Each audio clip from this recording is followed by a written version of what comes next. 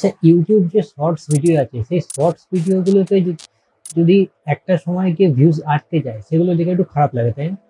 তো এখন সেই শর্ট ভিডিওগুলোতে কিভাবে আমরা অনেক বেশি অডিয়েন্সের কাছে পৌঁছাতে পারবো এবং শর্ট ভিডিও ভাইরাল হবে এবং শর্ট ভিডিওতে অনেক রকম অনেক ভিউজ আসবে, তো সেইগুলোর জন্য আমাদের অ্যাকচুয়ালি কি কি করা প্রয়োজন সেইটা আমি আজকে ভিডিওতে আলোচনা করবো।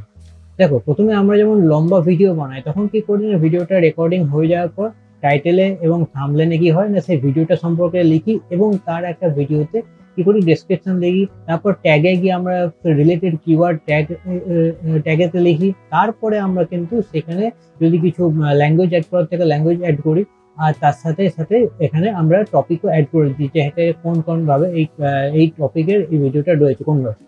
তো শর্টের ক্ষেত্রে কিন্তু আমরা কি করি না, জাস্ট শর্টটা আমরা রেকর্ডিং করলাম, রেকর্ডিং করার সঙ্গে সঙ্গে জাস্ট মোবাইলে গেলাম, সেখানে আপলোড বাটনে ক্লিক করলাম, আপলোড বাটনে ক্লিক করে কিন্তু এখানে ভিডিওটা ছেড়ে দিলাম। এবার ইউটিউব সেই ভিডিওটাতে শর্ট ফিডে পাঠালো কি পাঠালো না, ভিউজ এলো কি হঠাৎ ভাইরাল হলো কি, তারপরে আর ভিডিওগুলোতে ভিউজ আসছে না, এরকম হয়ে কিন্তু আমাদের ভিডিওগুলো স্ট্রাক হয়ে যায়। তো এই জায়গা থেকে অ্যাকচুয়ালি যে প্রত্যেকটা শর্ট ভিডিও আছে সেটাতে কনস্ট্যান্ট ভিউজ কিভাবে আনবো আমরা, সেই বিষয়ে কিন্তু আজকে এই ভিডিওতে আমি তোমাদের স্ক্রিনে গিয়ে দেখাবো। তো চলো স্ক্রিনে চলে যাই।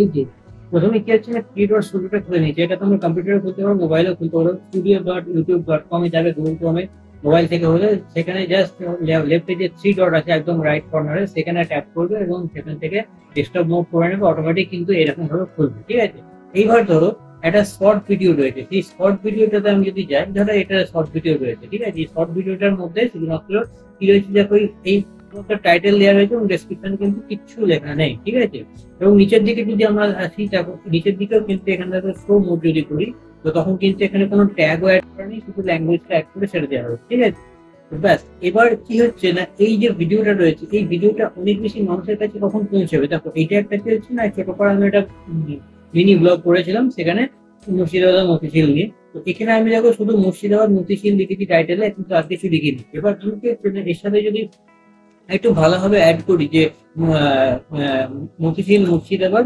মিনি ব্লগ, তাহলে কি হলো, এখানে এখানে অ্যালগোরিদম এটা বুঝতে পারবে যে এটা একটা মিনি ব্লগ মুর্শিদাবাদের যে মতিঝিল আছে সেটা সেখানকার সম্পর্কে।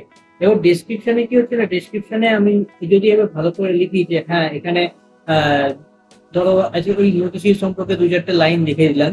ধরো ফার্স্টে লেখা হচ্ছে না, লাইন 1-এ কি লিখছি না, মানে লাইন 1 লিখছি যে অ্যাবাউট মতিঝিল, অ্যাবাউট মতিঝিল। ঠিক আছে, ঠিক আছে, এরপরে কি হচ্ছে না, লাইন 2-তে আমরা কি দিচ্ছি, লাইন 2-তে আমরা দেবো এখানে ধরো যে মুর্শিদাবাদে যে মতিঝিল রয়েছে সেটা একটা বেশ ভালো জায়গা, দর্শনীয় জায়গা। তো সেখানে সম্পর্কে কি হচ্ছে না, ইউটিউব দিয়েছে মতিঝিল সম্পর্কে আরো কিওয়ার্ড করে একটা অ্যাড হচ্ছে, সেই কিওয়ার্ড গুলো নিয়ে আমরা যদি এখানে একটা অ্যাবাউট টাইপের তৈরি করে দিই যে মতিঝিল হচ্ছে একটা দর্শনীয় স্থান, মতিঝিলে এলে আপনারা এই জায়গাগুলো দেখতে পারবেন, মুর্শিদাবাদ মতিঝিল একটা আকর্ষণীয় জায়গা, এই ধরনের যদি জায়গাগুলো, এই ধরনের জিনিসগুলো যদি অ্যাড করি, সেটা কি হবে, যখন আমরা এখানে ডেসক্রিপশনে পুরো জিনিসটা লিখে দিই সেটা পড়তেও ভালো লাগবে এবং আস্তে আস্তে যে ছোট ছোট আমি কিওয়ার্ড গুলো দিয়ে এই জায়গা এইটা বানাচ্ছি তখন সেগুলো কিন্তু অনেকটা বেশি অ্যাট্রাকটিভ লাগবে। ঠিক আছে, এবং অ্যালগোরিদম বুঝতে পারবে যে হ্যাঁ এইটার মধ্যে এই টপিকের মধ্যে আসছে, এবং মুর্শিদাবাদ যখন লেখা থাকবে, মুর্শিদাবাদ সম্পর্কে যখন লিখছি, তখন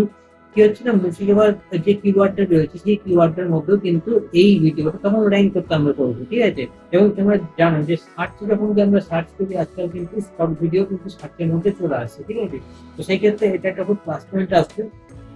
সেকেন্ডলি কি হচ্ছে না, আমি এখানে ট্যাগ যখন আসছে, যে ট্যাগেতে কি করবো না, ট্যাগেতে এসে আমরা আরো কিছু ট্যাগ দেবো। ধরো একটা মুর্শিদাবাদ, ঠিক আছে, এরকম একটা ট্যাগ দিলাম, এবার মুর্শিদাবাদ ভ্রমণ। ঠিক আছে, এরকম ভাবে যখন আরো ট্যাগ অ্যাড করবো তখন কি হচ্ছে না, অ্যালগোরিদম বুঝতে পারছে এটা কোন টাইপের ভিডিও এবং কোন মানুষদের কাছে পৌঁছানো যাবে। যখনই ধরো আজকে এখানে ট্যাগস তুমি অ্যাড করছো, তুমি এখানে ডেসক্রিপশন অ্যাড করছো, তবে একটা মাইনাস পয়েন্ট এই মুহূর্তে ইউটিউবের কাছে হয়ে গেছে, যেটা যে থাম্বনেল আমরা শর্টের জন্য আগে দিতে পারতাম, এখন সেটা দেওয়া যাচ্ছে না।